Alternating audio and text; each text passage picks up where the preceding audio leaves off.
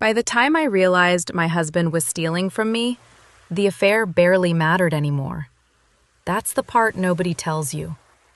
Infidelity sounds like the worst thing that can happen until you discover the person beside you has been quietly dismantling your life in ways that go far beyond sex.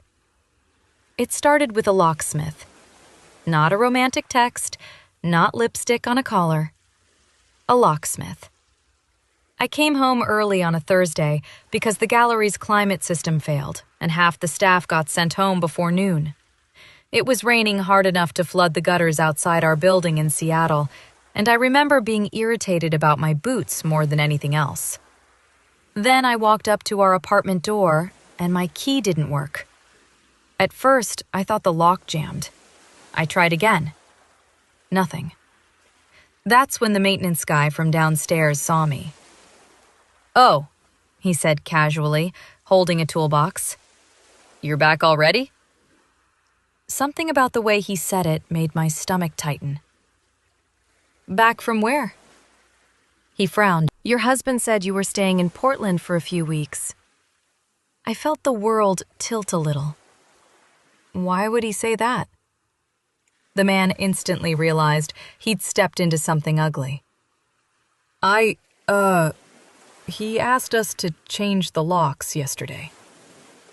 For a second, I honestly thought there had been a mistake. Not emotionally, logistically. Because people don't just change the locks on their spouse unless something catastrophic already happened. And the terrifying thing was, I had no idea what catastrophe he thought we were in. I stood there dripping rainwater onto the hallway carpet while the maintenance guy awkwardly avoided eye contact. Then my phone buzzed. A text from Nate. "Need more time. Don't come home tonight." I read it once. Then again. No explanation, no panic, no call. Just that. Like I was an inconvenience he hadn't finished managing yet. I called him immediately. Straight to voicemail. That was when the humiliation hit. Not heartbreak. Humiliation. Because suddenly I understood there was a version of my life everyone else had apparently seen before I did. The maintenance guy quietly unlocked the door for me.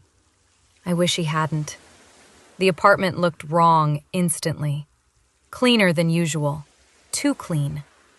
Nate wasn't messy, but he was careless in the way most people are after years together.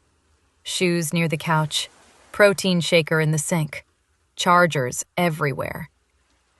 Now the place looked staged, curated, like a furnished rental pretending to be someone's home. Then I noticed the closet. Half empty. Not in an impulsive way either. Systematic. His winter coat's gone. Watches gone. Laptop dock gone. He hadn't left in anger. He'd prepared. I stood there staring at empty hangars while rain hammered the windows behind me. 7 years together. And somehow he'd managed to leave before I even realized he was walking away. I don't know how long I stayed frozen like that before I finally opened the kitchen drawer where we kept financial paperwork. Most of the folders were missing. That's when fear replaced shock. Real fear. I logged into our joint account from my phone. The balance didn't even look real at first. I refreshed the screen 3 times. Still the same number. Nearly $80,000 gone. My body went cold so fast, my teeth actually clicked together. There are moments in life where your brain refuses to process information because accepting it would force you to reconstruct your entire reality from scratch. That was one of them. Then I saw the transfers. Small at first over several months, then bigger, then reckless. Vegas hotels, private bookings, designer stores, and finally, a wire transfer to a woman named Selena Voss. $32,000. I sat down slowly on the kitchen floor because my legs stopped cooperating. The crazy thing? I still tried to defend him, even then. My first thought wasn't, he robbed me. It was, maybe there's an explanation. That's how deep love can rot your instincts. Around 6 that evening, Nate finally called. I answered immediately. What the hell is happening? Silence. Not static, not confusion. Calculation. Then, I didn't want you finding out like this. I laughed so suddenly, it scared even me. Finding out what exactly? The missing money or the fact you changed the locks on your wife? Lower your voice. That sentence almost made me black out. You stole from me. It wasn't stealing. Oh, good, I snapped. Glad we cleared up the vocabulary. He exhaled hard. You're making this uglier than it needs to be. There it was. That corporate, polished tone he used whenever he wanted to sound rational while saying something insane. Nate worked in venture capital. He could make almost anything sound temporary, strategic, unavoidable. That talent had impressed me when we met. Now it made my skin crawl. Who is Selena? Another pause. She's not the issue. You transferred $32,000 to her. It wasn't a gift. I nearly laughed again. So what was it? Community outreach? His patience cracked slightly. Mara, stop. No apology. No denial. Just irritation that I wasn't cooperating with the version of events he preferred. Then he said something that changed the entire shape of the conversation. I need you to stay calm because lawyers are already involved. Lawyers. Already. Meaning he'd planned this long before today. Suddenly, every strange thing from the last year rearranged itself in my head like broken glass finding its original shape. The secretive phone calls, the networking trips, the random defensiveness, the way he stopped touching me unless I initiated it. Worst of all, the pity. Toward the end, Nate had started treating me like someone fragile he was preparing to disappoint. I just hadn't realized why. When were you going to tell me? I asked quietly. I was trying to figure things out first. No, I said. You were trying to leave without consequences. That shut him up. I heard traffic in the background on his end. A bar maybe, music, glasses clinking. He wasn't suffering right now. I was sitting on a kitchen floor trying not to throw up while he stood somewhere ordering drinks. Something inside me hardened right there.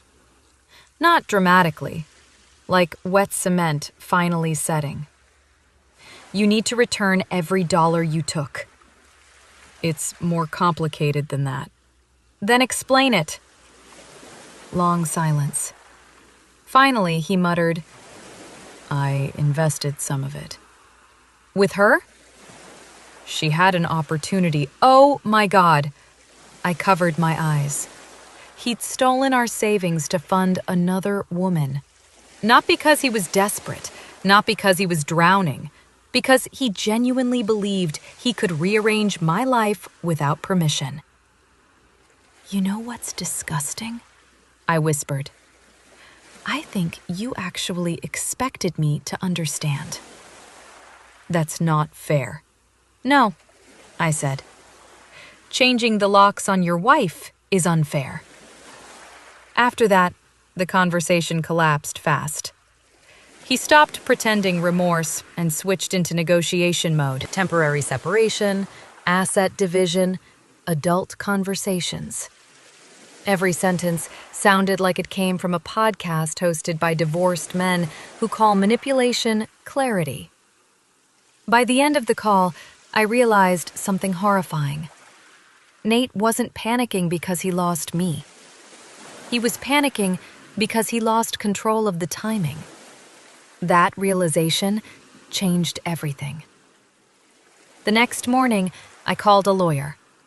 Her office overlooked Elliott Bay. Gray water, gray sky, ferries moving through fog like ghosts. Her name was Dana Kim, mid-50s, sharp eyes, no wasted movements. She listened quietly while I explained everything. When I finished, she asked one question. Do you want revenge or protection? I opened my mouth automatically to say revenge, but the truth caught me first. Protection.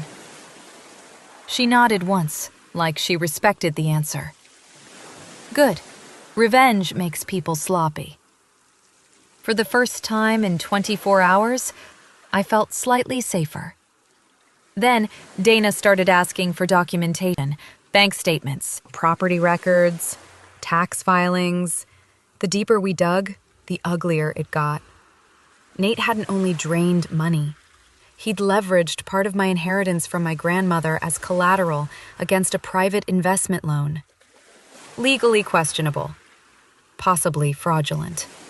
When Dana explained it, I genuinely stopped hearing for a second. My grandmother left me that money before she died from ovarian cancer. Nate knew exactly what it meant to me.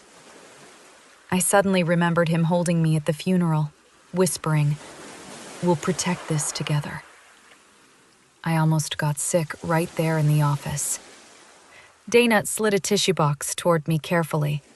I waved it away. If I started crying then, I honestly didn't know if I'd stop. 2 nights later, Nate came back to the apartment, not to reconcile, to collect more things. I was sitting at the dining table, eating takeout noodles straight from the carton, when he walked in with his spare key. For a moment, neither of us moved. He looked terrible, not guilty, worn down, like someone running low on excuses. "Mara." I kept eating. "That key doesn't work anymore," I said. He frowned slightly. "I changed the locks this morning." That landed. Good. He looked around the apartment slowly. "You're serious?" I set the carton down. "You emptied our accounts." "You're acting like I committed murder." "No," I replied. "If you murdered me, at least people would have admitted something terrible happened." He stared at me. Then he did something almost impressive. He tried to become the victim. I was unhappy too. I actually smiled at that, not because it was funny, because it was pathetic. "Do you know the difference between us?" I asked quietly. "When I was unhappy, I thought maybe we should go to therapy. You started building a second life." His jaw tightened. "You make everything sound evil."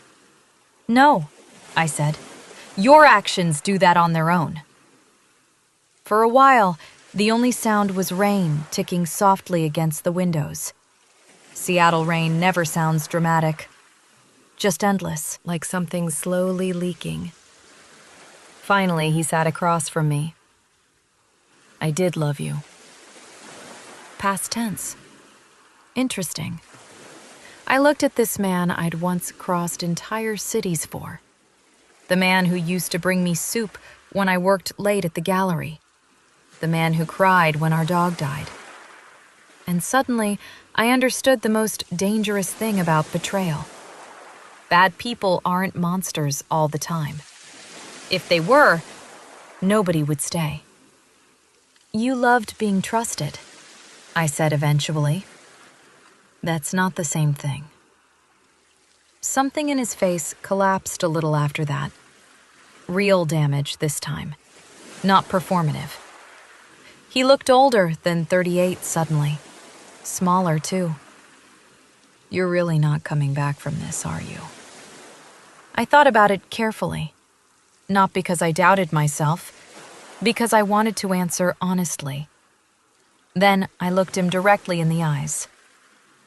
"The worst part is," I said, "I probably would have forgiven the affair."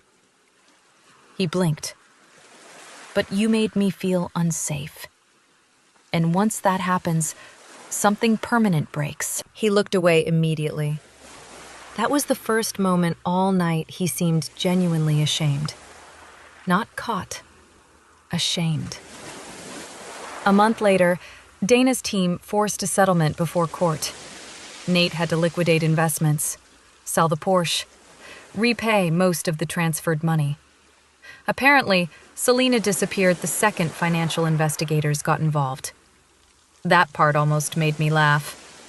In the end, the woman he detonated his life for vanished faster than steam off pavement. Funny how often that happens. The divorce papers arrived on a Tuesday morning. No dramatic meeting, no courtroom speeches, just a thick envelope and too much silence.